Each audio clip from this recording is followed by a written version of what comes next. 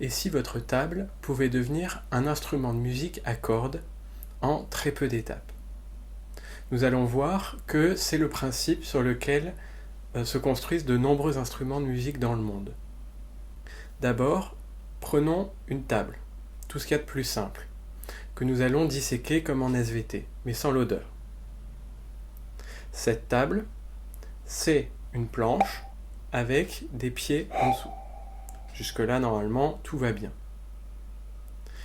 Maintenant, rajoutons un petit morceau de bois au centre de la table.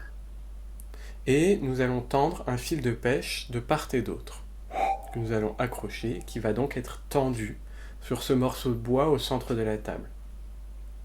Ce morceau de bois, il va agir comme un messager entre la corde et la table. Il va transmettre les vibrations de la corde jusqu'à la planche de la table, pour que elle puisse résonner à la même fréquence que la vibration. Ce morceau de bois qui est au milieu, on l'appelle chevalet. En jargonnant un peu et en utilisant les termes scientifiques, nous pouvons dire que nous avons fabriqué un cordophone dont le plan des cordes est parallèle à la table d'harmonie. C'est la définition d'une cithare. Bien, mais maintenant imaginons un autre instrument qui serait beaucoup plus complexe avec des années d'études et tout ça. Prenons une guitare. Une guitare répond exactement à la même définition. Par contre, nous avons ajouté quelque chose qui le fait changer de catégorie et qui fait que ce n'est pas le même instrument. Ce changement de catégorie, il est dû à l'ajout du manche, qui ne résonne pas et qui sert juste à appuyer sur la corde aux bons endroits. Cet ajout, l'ajout d'un manche, le fait passer directement dans la catégorie des luths.